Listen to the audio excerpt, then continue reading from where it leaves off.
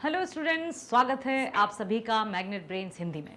आशा करती हूँ कि आप सभी स्वस्थ होंगे, खुश होंगे, प्रसन्न होंगे और साथ ही साथ अपनी पढ़ाई भी कर रहे होंगे और अपने लिए बहुत अच्छे से आ, वीडियो देख रहे होंगे कि किस तरह से हम हिंदी की पढ़ाई करें। काव्य खंड है, बहुत अच्छे से हमें कविताओं को जानना होगा, कवि के बारे में जानना होगा और उसमें निहित अर्थ के बारे में जानना होगा।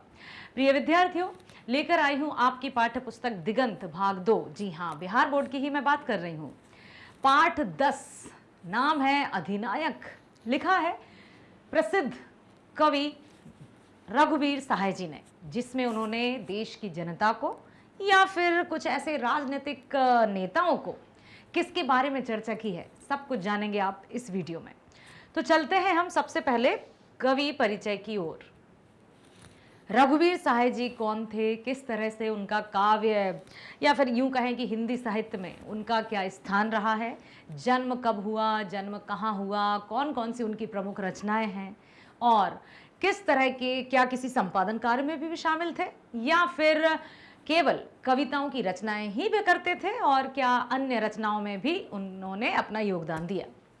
तो जन्म हुआ 9 दिसंबर सन 1929, लखनऊ, उत्तर प्रदेश। याद रखिएगा बेटा, रघुवीर सहाय जी का जन्म 9 दिसंबर 1929, लखनऊ, उत्तर प्रदेश।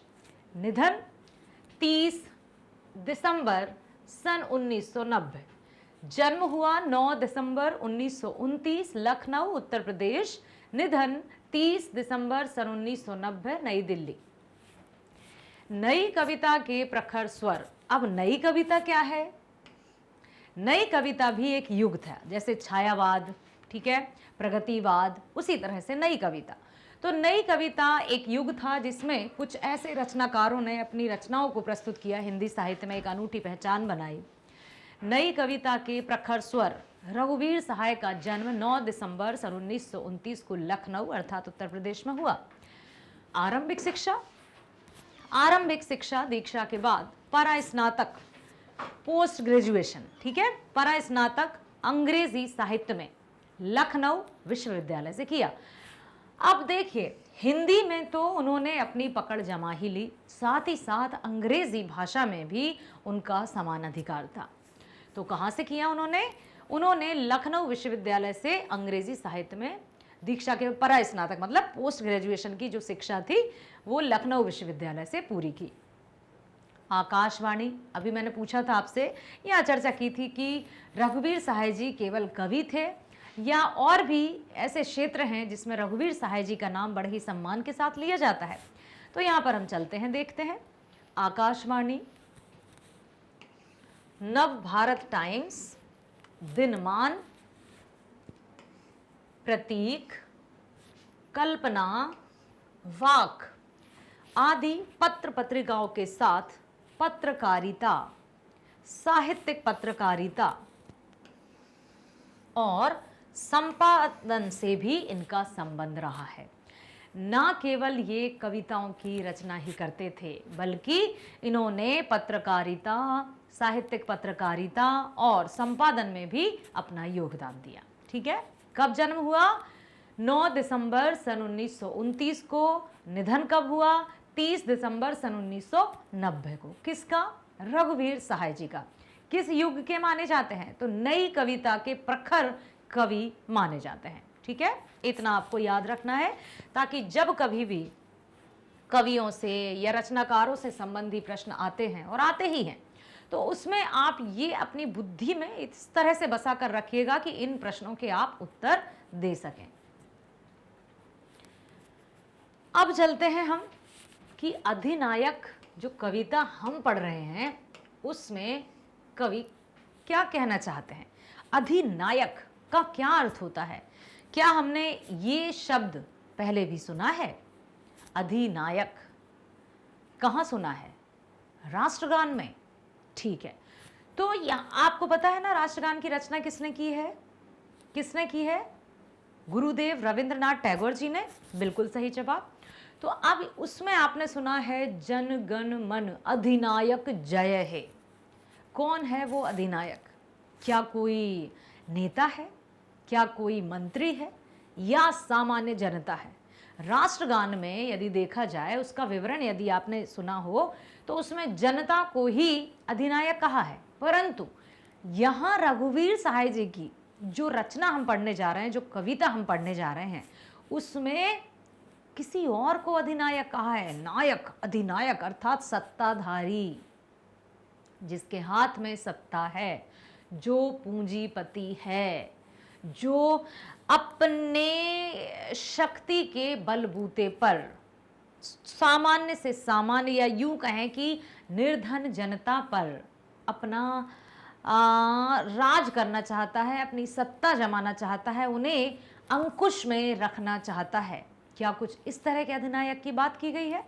देखिए, अधिनायक कविता रघुवीर सहाय के संग्रह आत्महत्या के विरुद्ध, आत्महत्या के विरुद्ध, ये है उनकी काव्य संग्रह, उससे लिया गया है। यह एक व्यंग्यात्मक कविता है। याद रखिएगा कि अधिनायक कविता किसी की प्रशंसा नहीं कर रही है, किसी को सम्मान नहीं दिला रही है, किसी की वास्तव में जय जयकार नहीं कर रही है।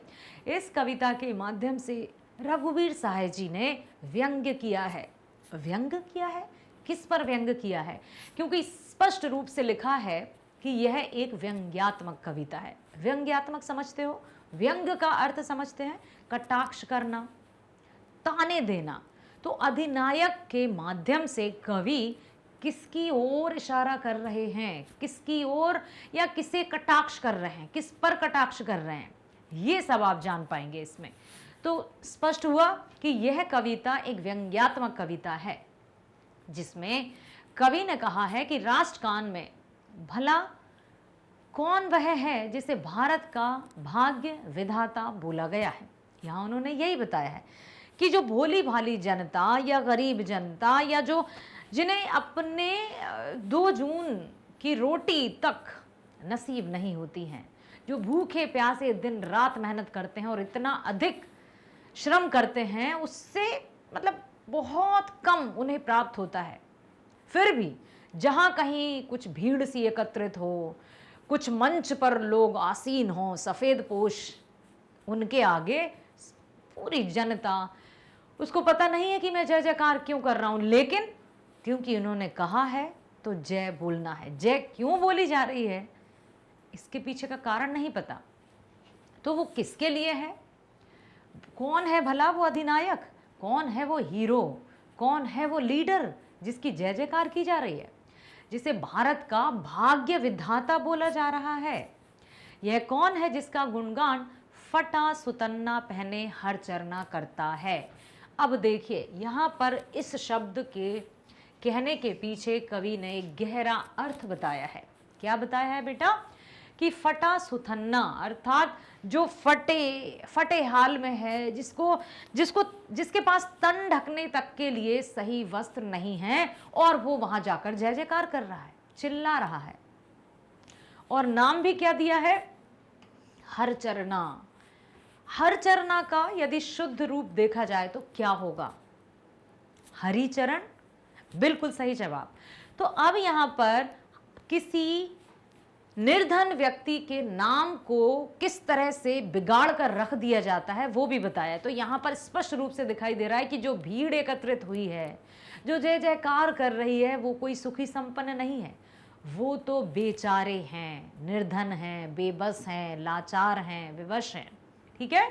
तो इसलिए यदि वो कोई पूंजीपति या सामंतवादी या बहुत ही आर्थिक रूप से संपन्न व्यक्ति होता, तो यहाँ हर चरना नहीं कहा जाता, उसको हरिचरण कहा जाता।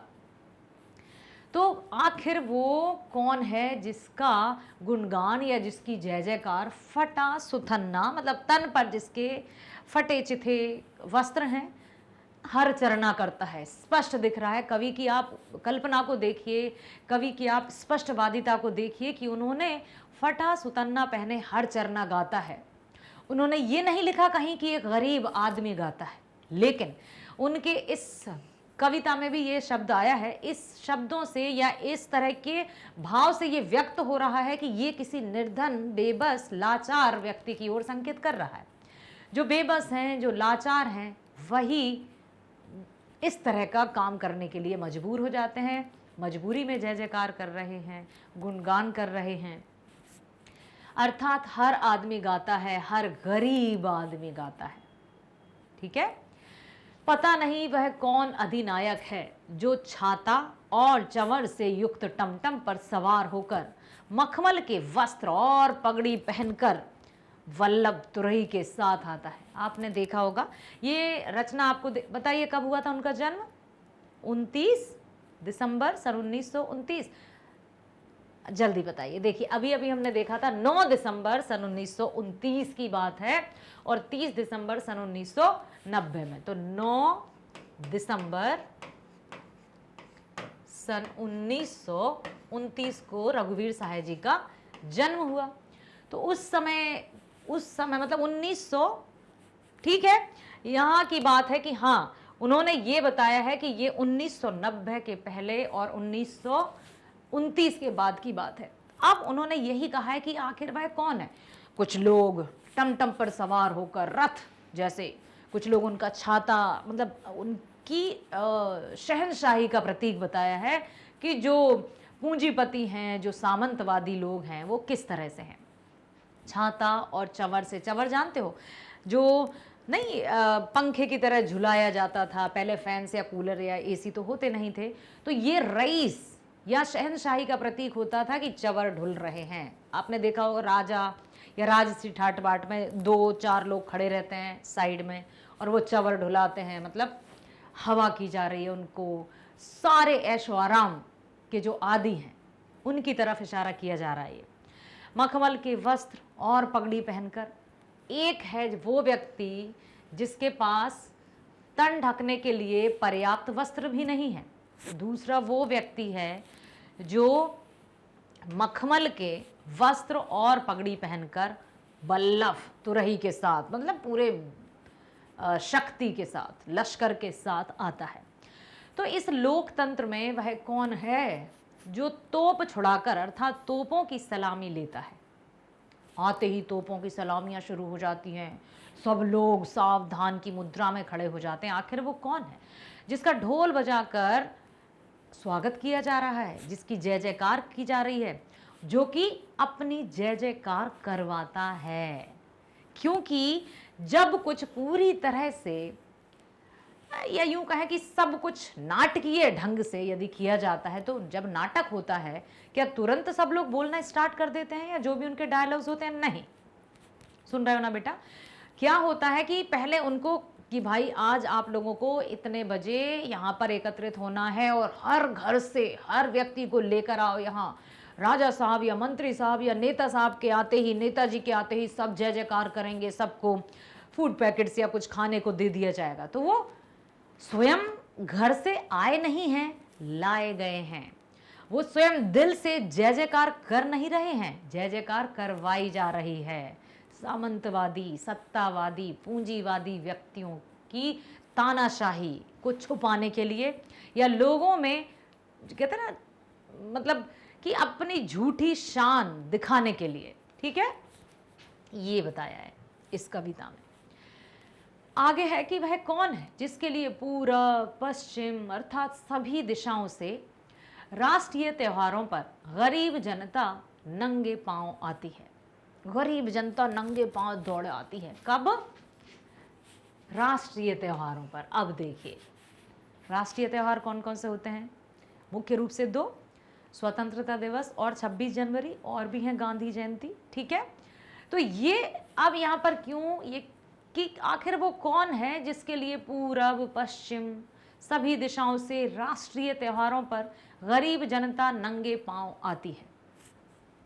उन्हें देखकर ऐसा लगता है जैसे वे नरकंकाल हों। जो जनता वहां पर एकत्रित हुई है कोई सूट बूट पहनकर नहीं है, नरकंकाल मतलब जिनका पेट कलेजे से चिपक रहा है, जो भूखे हैं प्यासे हैं, बस इसी लालसा से आ गए हैं क्योंकि उनको ये लालच देकर कि तुम्हें कुछ खाने को दिया जाएगा, चलो आ रहे हैं नेताजी। तो वो बेचारे कुछ अपने मुंह में निवाला पाने के लिए वहां पर चले आते हैं नरकंकालों की जगह तरह। सिंहासन पर बैठाकर उनके गरीब जनता के तमगे या मेडल लगवाने वाला वह कौन है। अब फिर बुलाया जाता है कि अच्छा पधार चुके हैं और ये मंच पर आसीन है, अब ये मेडल प्रदान करेंगे या फिर बैच देंगे जिन्होंने अच्छा कार्य किया है। अरे वाह वाह, नेताजी की वाहवाही हो गई कि आप तो आए, यहाँ पर सारी जो गरीब जनता है उसमें आपने कितना कमाल कर दिया, नेताजी आप तो धन्य हैं। फिर वहाँ से बोला जा रहा है नेताजी की जय, नेताजी की जय। तो ये उनको पता नहीं है कि जय का अर्थ है क्या, लेकिन वो चिल्ला रहे हैं। क्यों? क्योंकि उन्हें चाहिए कुछ खाने को, पेट भरने के लिए।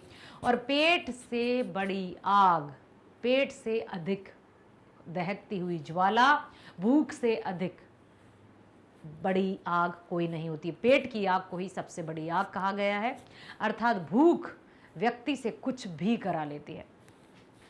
तुलसीदास जी का एनसीईआरटी जो है उसमें दिया है, कक्षा 12वीं में ही है, एक कवित्त जिसमें उन्होंने उत्तरकांड से लिया गया है। उस समय का वर्णन है जब पूरी तरह से हाहाकार मचा हुआ था, ऐसा लग रहा था जैसे त्राही त्राही मच गई थी, अकाल छाया हुआ था, ना जल था, ना भूमि थी, ना काम था, ना मजदूर था, कुछ नहीं था।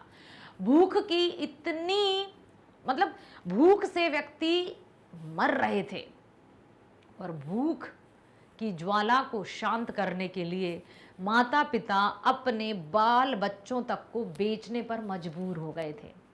अब सोचिए, माता पिता जो कि जिनका बच्चा उनके कलेजे का टुकड़ा होता है, जिस पर वो कभी आंच नहीं आने देते, स्वयं कष्ट सहकर ढाल बनकर खड़े हो जाते हैं उसके सामने, लेकिन पेट की आग को भयंकरता या उसकी भयंकरता को दिखाया है, दर्शाया है कि पेट से बड़ी आग कुछ नहीं होती।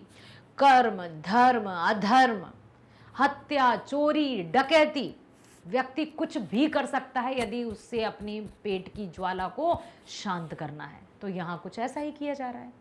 यहाँ भी 2 जून की रोटी या एक निवाला देने के लिए उनसे ये जय जयकार लगवाई जा रही है। ठीक है, फिर वह पूछते हैं कि डरी हुई जनता मन बेमन जिसका गुणगान करती है, आखिर वह कौन है? कौन है वह? चाहे वो जनता मन से करे या बेमन से करे, लेकिन जय जयकार तो कर रही। उसे नहीं पता कि इसका क्या अर्थ है, लेकिन क्योंकि उससे कहा गया है कि जब हम बोलेंगे तुम्हें जय करना है तो तुम्हें ये मिलेगा, तो वो आ जाती है।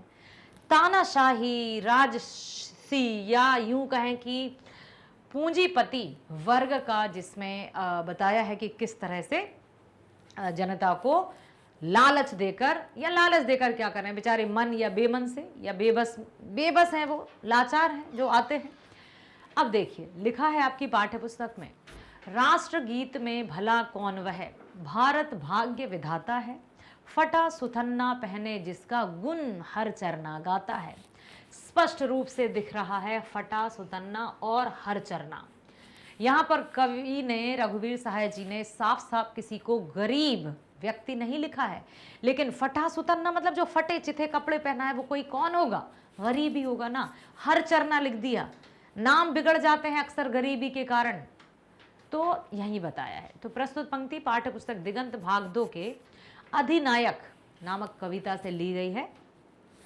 ये एक ऐसी कविता है जिसमें रघुवीर सहाय जी ने आत्महत्या के, उनका जो संग्रह है कविता, आत्महत्या के विरुद्ध से ली है। इन पंक्तियों में कवि कहते हैं कि राष्ट्रगीत में वह कौन है भला, कौन है अधिनायक, कौन है ऐसा नेता, कौन है सबका मसीहा जिसका गुण हर चरना गाता है। मतलब हर एक वो गरीब व्यक्ति उसका गुणगान करता है, उसकी जय जयकार करता है। पहले तो हमें ये समझना है कि ये व्यंग्यात्मक कविता है, वास्तव में किसी की प्रशंसा नहीं की है, वास्तव में कवि ने किसी के गुणों का बखान नहीं किया है, बल्कि जो सत्ताधारी हैं, जो पूंजीपति हैं, जो पैसे के धन, मतलब यूं कहें कि धन के बलबूते पर अपनी जय जयकार करवाते हैं और अपने आप को बड़ा साबित करते हैं। तो यहाँ पर यही उजागर किया है। इन पंक्तियों में कवि कहते हैं कि राष्ट्रगीत में भला वह कौन है जिसे भारत का भाग्य विधाता बोला गया है। भाई, भारत का भाग्य विधाता कौन है? इस कविता के माध्यम से तो उन्होंने उन लोगों को या उन लोगों की ओर इशारा किया है या कटाक्ष किया है कि वही लोग जो सामंतशाही हैं, जो पूंजीपति हैं, जो राजनीति में अपनी सत्ता जमाए रखना चाहते हैं और बेचारे जो मजबूर मजदूर हैं उन पर हमेशा सत्ता जमा कर अपने आप की सत्ता को कायम रखना चाहते हैं, वही स्वयं को भाग्य विधाता कहते हैं और जो भोली भाली जनता है उसको जय जयकार करवाते हैं। ठीक है, आगे है मखमल टमटम बल्लभ तुरही, पगड़ी छत्र चंवर के साथ तोप छुड़ाकर ढोल बजाकर जय जय कौन कराता है। मखमल टमटम बल्लभ तुरही, पगड़ी छत्र चंवर के साथ एक राजसी ठाट बाट दिखाया जा रहा है कि आते हैं बिल्कुल अच्छे से मखमली टोपी वोपी पहनकर, चंवर ढुलाते हुए आते हैं, उनके बिल्कुल सामंतशाही का प्रतीक है कि जो आ रहे हैं उनके आसपास कई लोग हैं और जो भीड़ है या जो जनता है वो गरीब है, लाचार है, बस उसको एकत्रित कर दिया कुछ लोभ देकर, कुछ इस तरह से कि गरीब हमेशा गरीब बने रहें और जो सत्ताधारी हैं वो हमेशा उन पर सत्ता बनाते रहें। तो ये कविता कहाँ से ली गई है? रघुवीर सहाय जी के काव्य संग्रह आत्महत्या के विरुद्ध से ली गई है। याद रखिएगा बेटा, अधिनायक कविता जो रघुवीर सहाय जी द्वारा लिखित है वह उनके ही काव्य संग्रह आत्महत्या के विरुद्ध से ली गई है। इन पंक्तियों में कवि ने कहा है कि पता नहीं वह कौन अधिनायक है जो छाता और चंवर से युक्त टमटम पर सवार होकर आते हैं, रिक्शा जैसे या घोड़ा गाड़ी जैसे बड़े रथ की तरह यहाँ पर बताया है, पगड़ी पहनकर बल्लभ और तुरही के साथ आता है, साज बाज के साथ आता है, उसके आगे पीछे लोग इस तरह से रहते हैं। इस लोकतंत्र में वह कौन है जो तोप छुड़ाकर ढोल बजाकर अपनी जय जयकार करवाता है, जिसके आते ही तोप चलाई जाती है, जिसके आते ही ढोल नगाड़े बजाए जाते हैं, आखिर वो कौन है जो अपनी जय जयकार करता है, जो भोली भाली जनता से अपनी जय जयकार करवाता है। तो ये बताइए किसकी ओर संकेत किया है, क्योंकि ये स्पष्ट रूप से हमने ये देखा कि ये कविता है व्यंग्यात्मक, जिसमें कवि ने व्यंग्यात्मक कविता है बेटा, ये वास्तव में किसी की जय जयकार नहीं हुई है, बल्कि उन लोगों पर कवि ने व्यंग किया है जो अपने आप को बल्लभ समझते हैं या पूंजीपति वर्ग है जो हमेशा अपनी सत्ता कायम रखना चाहता है, बेचारे गरीब और पीड़ितों पर हमेशा सत्ता जमाना चाहता है।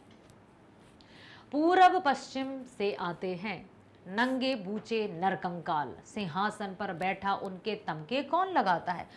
हर दिशा से कुछ ऐसे मतलब भीड़ एकत्रित करवा दी जाती है। हमें क्या दिखता है, अरे उनके आने पर इतनी हजारों की लाखों की भीड़ थी, कितने लोकप्रिय नेता हैं। वो भीड़ अपने आप नहीं आई है, वो लाई गई है। अरे भाई, हमने आज जाकर देखा कि वहां पर नेताजी भाषण दे रहे थे और जनता में जय जयकार, बिना रुके जनता जय जयकार कर रही थी। कितने लोकप्रिय नेता हैं सच में, मतलब मसीहा है ये तो। कुछ नहीं है वहाँ, ये सब कहा गया है कि तुम लोगों को जय जयकार से जो पूरा जो स्थान है उसको जय जयकार से गुंजायमान करना है। वास्तव में वो लोकप्रिय नहीं है, उनको लोकप्रिय बनाया जा रहा है। जय जयकार वास्तव में हो नहीं रही है, उनसे जय जयकार करवाई जा रही है। समझ में आया? तो इस तरह से उन्होंने यही कहा है। तो यह कविता रघुवीर सहाय जी के संग्रह आत्महत्या के विरुद्ध से ली गई है। कौन से? आत्महत्या के विरुद्ध से। क्या ली गई है? अधिनायक कविता। ठीक है।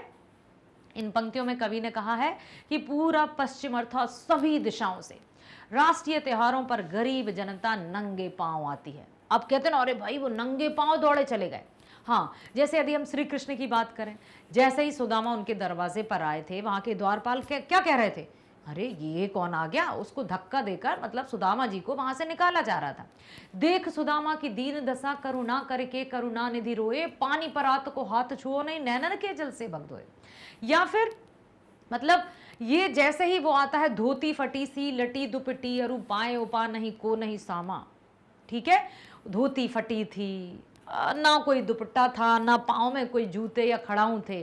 वो आ गया, द्वार पर खड़ा है और इस द्वारिका नगरी को चकित होकर देख रहा है। गरीब है सुदामा, और अब यहां पर जो कृष्ण जी सुदामा से मिलने नंगे पैर दौड़े आते हैं वो बात कुछ और है, और यहां पर जो नंगे पांव जनता आई है और जय जयकार कर रही है ये बात बिल्कुल अलग है। वहां पर राजा, सम्राट, द्वारिकाधीश प्रेमवश होकर अपने मित्र से सुध बुध खोकर आते हैं और अपना सब कुछ सुध बुध मतलब अपना सब कुछ भूल जाते हैं कि कहाँ उनके खड़ाऊ हैं, कहाँ उनका दुशाला है, और भागते जाते हैं जैसा ही उनको पता चलता है कि उनका मित्र सुदामा उनसे मिलने आया। तो ये उनका प्रेम था। लेकिन यहां मैं बताना चाहूंगी कि ये जो नंगे पांव जनता आई है ना, यहां किसी नेता के प्रति प्रेम नहीं है, यहां तो उसकी मजबूरी है, गरीबी है कि उसके पैरों में चप्पल तक नहीं है। तो ये पूर्ण रूप से रघुवीर सहाय जी ने कटाक्ष किया है उन नेताओं पर, उन राजनेताओं पर, उन सामंतवादी लोगों पर, उन पूंजीवादी लोगों पर जो स्वयं को अमीर अमीर और पैसे से उड़ी चादर से ढके रहते हैं, मुखौटे पहने रहते हैं और बेचारी जनता को हमेशा दबा कर रखते हैं। तो यहां नंगे पांव आना कोई प्रेम नहीं है। हम उस तरह से नहीं कहेंगे कि कृष्ण जी जिस तरह सुदामा जी से नंगे पांव दौड़े चले आ रहे थे, यहां नंगे पांव अर्थात गरीबी को दर्शा रहा है। उनके पास पैरों में पहनने के लिए चप्पल तक नहीं है, नरकंकाल की भांति है, पेट भरने के लिए अन्न तक नहीं मिल पाता है। उन्हें देखकर ऐसा लगता है जैसे वे नरकंकाल हों, जैसे बस जिंदा जिंदा लाश हों। सिंहासन पर बैठा कर उनके गरीब तमगे मेडल लगवाने वाला आखिर वह कौन है जिसकी जनता जय जयकार कर रही है या करवाई जा रही है? पुनः कवि यही प्रश्न करते हैं और उनके पीछे प्रश्न करने के पीछे यही अर्थ है कि वे व्यंग्य कर रहे हैं उन लोगों पर जो अपने आप को बहुत बड़ा बल्लभ समझते हैं, तोप समझते हैं। कौन कौन है वह जनगण मन? अधिनायक वह महाबली, डरा हुआ मन बेमन जिसका बाजा रोज बजाता है। अब देखिए यहाँ पर आखिर वह कौन है जिसकी अधिनायक वह महाबली, बिल्कुल शक्तिशाली है। शक्ति किसमें है? पैसे में। जिसके पास अधिक पूंजी है, जिसके पास सत्ता है वो शक्तिशाली, जिसके पास पूंजी नहीं है, पूंजी समझते हैं ना बेटा, जो आर्थिक रूप से संपन्न नहीं है वो शक्तिहीन है। अधिनायक वह महाबली, यहां पर महाबली भी पैसे वाले को, अमीरजादे को।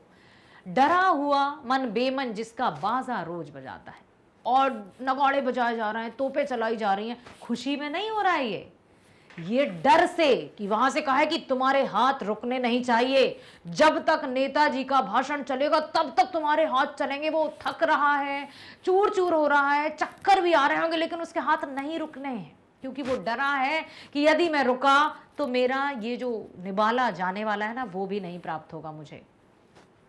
तो प्रस्तुत पंक्ति पाठ्य पुस्तक दिगंत भाग 2 के अधिनायक नामक कविता से ली गई है। कवि रघुवीर सहाय के कौन सा संग्रह है ये? आत्महत्या के विरुद्ध से, जिसमें उन्होंने यही कहा है कि आखिर वह महाबली कौन है, वह अधिनायक कौन है जिसका बाजा रोज बजता है, और डरी हुई जनता मन बेमन जिसका गुणगान करती रहती है, आखिर वह कौन है। ठीक है, तो आशा करती हूँ आपको समझ में आ गया है कि अधिनायक यहाँ पर जनता के लिए नहीं है, यहाँ पर कवि ने व्यंग किया है, कटाक्ष किया है उन नेताओं पर, उन राजनेताओं पर, उन पूंजीपतियों पर, उन सामंतवादी लोगों पर जो हमेशा सत्ता में बने रहना चाहते हैं और बेचारी जनता पर अपना अत्याचार बनाए रखना चाहते हैं या शोषण या सत्ता बनाए रखना चाहते हैं। आशा करती हूँ ध्यानपूर्वक सुना है और समझ में भी आया होगा। तो इससे संबंधित यदि आपके मन में अभी भी कोई डाउट्स हो तो प्लीज़ कमेंट बॉक्स में लिखिएगा। मिलेंगे हम नेक्स्ट वीडियो में। स्वस्थ रहिए, खुश रहिए, bye bye, thank you so much.